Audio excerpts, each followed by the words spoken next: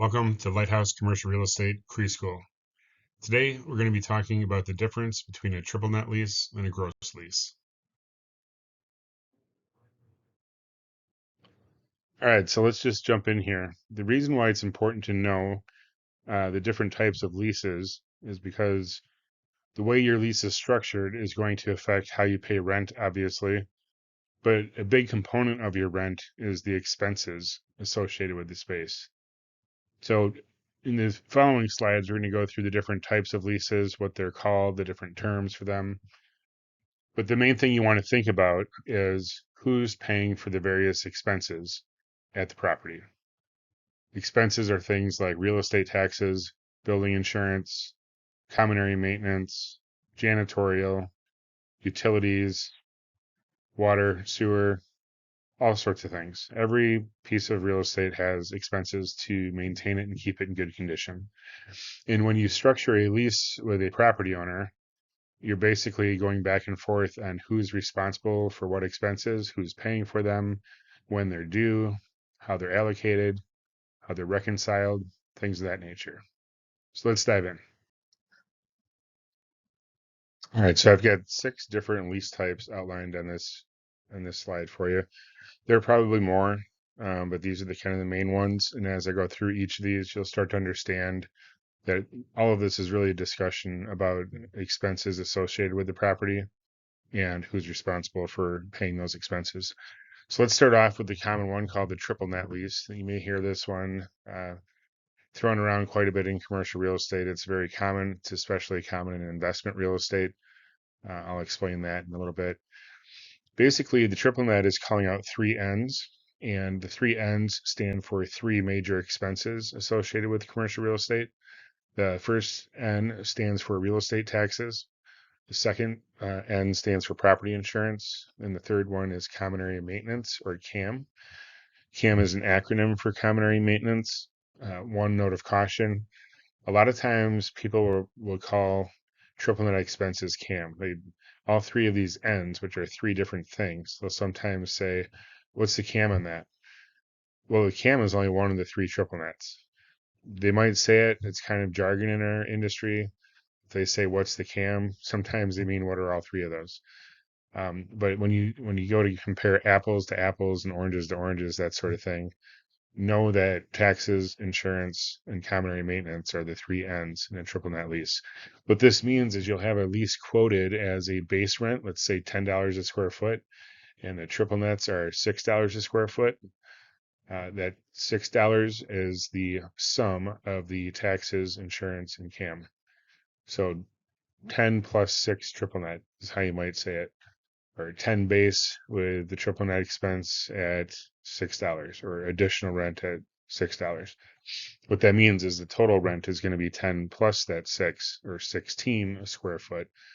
And that's something I'll also get into more details on. The 16 a square foot is 16 times the amount of square feet leased, and that's an annual cost. So whatever that number turns out to be, you divide that by 12 to calculate your monthly rent.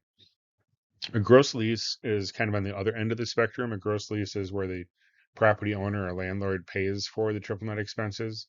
So you'd write, say, one check that's calculated at $16 a square foot, and then you don't have to worry about the taxes, insurance, and common area maintenance. The owner will accept your rent in one lump sum, and then they have to figure out how to pay the expenses from the total rent that you and the other tenants are paying. A modified gross lease is some combination of the triple net. So maybe it's basically a gross lease, but the property owner for some reason says you have to pay the insurance or you have to pay the common area maintenance. 1 or 2 of the 3 triple nets is being split off for you to pay as a tenant, with the remaining being paid by the owner. Sometimes you'll hear a lease called an N or an NN lease, or sometimes it's quoted as that. It's not normally called that, but sometimes you'll see an MG, which means modified gross, or an N or an NN. That basically means the expenses are being divided in a way that's not all in for the landlord or all in for the tenant. Remember, with the triple net lease, those 3 expenses, those 3 N's are paid by the tenant. In a gross lease, the landlord or the owner pays for all those expenses. An absolute net lease is even more on the tenant than a triple net. An absolute net lease means, in addition to those three expenses of taxes, insurance, and CAM, we've seen absolute net leases where the tenant is responsible for the parking lot, or the roof of the building, things that are typically considered a landlord expense. With an absolute net lease, those become tenant expenses. An example of this would be a national pharmacy, say a Walgreens or a CVS or a group of that nature. They care a lot about the quality of their parking lot and the roof, and they have a program that is designed to always look the exact same. Conditions are always the exact same. They don't want someone else managing things like the parking lot or the roof. They want to handle it all themselves. And so they may want that responsibility. Typically, a tenant doesn't want those responsibilities, but in some cases, with national brands that have a well-oiled machine and thousands of locations, they want to control every expense, and the best way to do that is to manage it themselves and be responsible for the payment themselves. Now, most of the expenses we've talked about are taxes, insurance, and CAM, but as we discussed before uh, on the previous slide, there's other expenses to a lease. Things like janitorial, who's going to clean up after you, things like electricity, gas, water, sewer, internet, phone, all these other expenses. With a full service gross lease, the landlord is actually providing everything, including the electricity, the gas, the internet in some cases. And it's basically a turnkey. You write one check and everything you need to operate your business is taken care of. Typically, a full service gross lease is an older property. It doesn't set up well to divide expenses. Maybe it's owned free and clear, and the owner just wants to collect rent, and they don't really care about paying off a loan anymore. They're just looking at pure cash flow, and they offer these extra amenities to attract tenants to maybe an older building. It doesn't look as nice as some of the newer buildings, and that's where you're most likely to see a full service gross lease. All right, so the first thing we want to do is determine what type of lease we're working with here, so we make sure to add up all the expenses correctly. In a triple net lease, you can see we have $10 a square foot triple net, with the triple net expense estimated at $6 a square foot. That would make the total rent when you add the base plus the triple net $16 a square foot. A gross lease is just that, it's the full gross. So you have $16 a square foot gross. The landlord then is responsible for the triple net expenses. The way I've set this up is it shows $10 a square foot base triple net plus $6 expenses for those triple nets is the same thing as a $16 square foot gross. With a modified gross lease, that basically means the owner and the tenant are splitting those triple nets. So as an example, maybe the owner is paying the real estate taxes, but the tenant's paying for the building insurance and the CAM. So in this modified gross lease example, we have $12 a square foot modified gross with additional expenses of $4. So the total is $16 a square foot.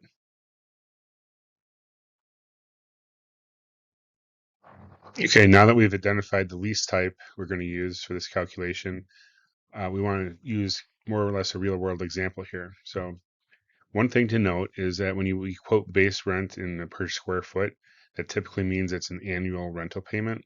So the way you calculate your rent is you take the dollar per square foot times the amount of square feet you're renting. That's your annual rental expense. Take that divided by 12 to get your monthly. There are some locations around the country where they quote a monthly dollar per square foot.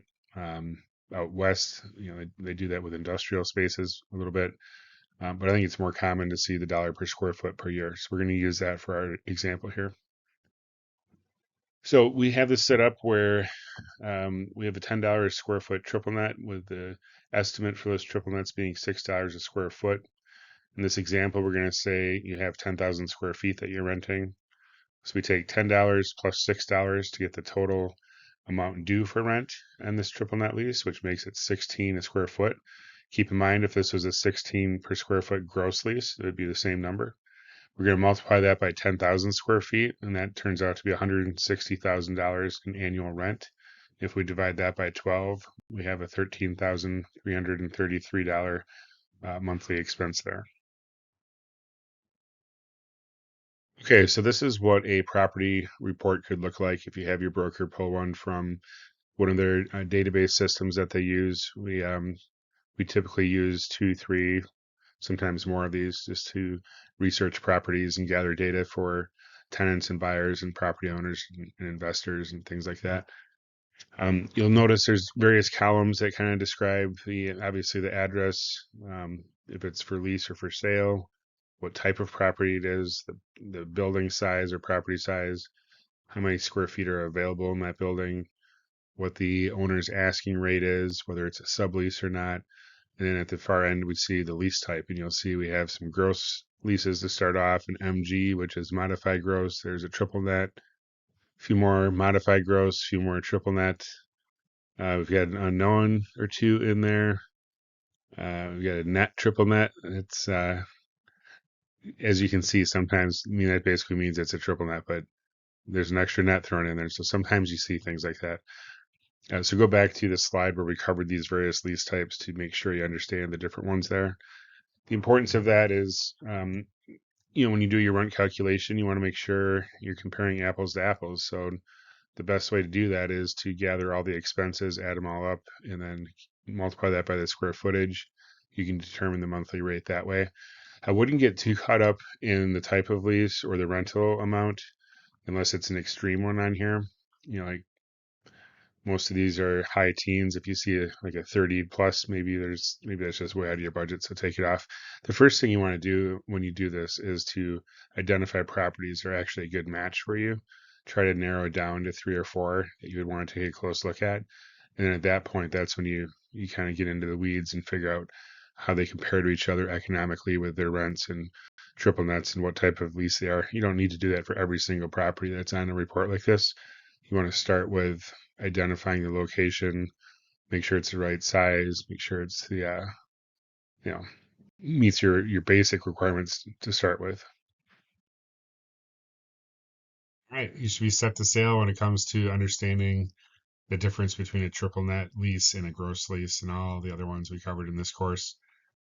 This is just one very, very tiny topic in a big sea of commercial real estate terms and jargon and know-how when it comes to navigating your commercial lease for your business. And I hope that this is helpful. I hope that you feel much more informed. And the reality is, knowing what you know now from taking this course could save you thousands of dollars, without a doubt. Because if you don't know something and you sign a lease thinking you're going to be paying a certain amount and it turns out it's a lot more, that's real dollars, real money. And being informed is critical to success in commercial real estate. So I thank you for taking this course. I really appreciate you taking the time to do it. I know it's time out of your day, but hopefully it's time well spent. Now, this may have just whetted your appetite for understanding commercial real estate more. And so, as my gift to you today, I want to offer a free consultation to you. When I consult with folks and charge them by the hour, I charge $250 an hour. So there's some real value in getting to talk to me. I'm no more special than anyone else, but my time is absolutely critical and valuable to me. And so I'm willing to give that time to you if you want to have a conversation. If you're at a critical stage or you just need to understand something in commercial real estate, I'm a phone call away. You can call my office line at 608-234-4848, my cell at 608-445-3500, or you can send me an email at david@lighthousecre.com. I look forward to chatting. Thanks.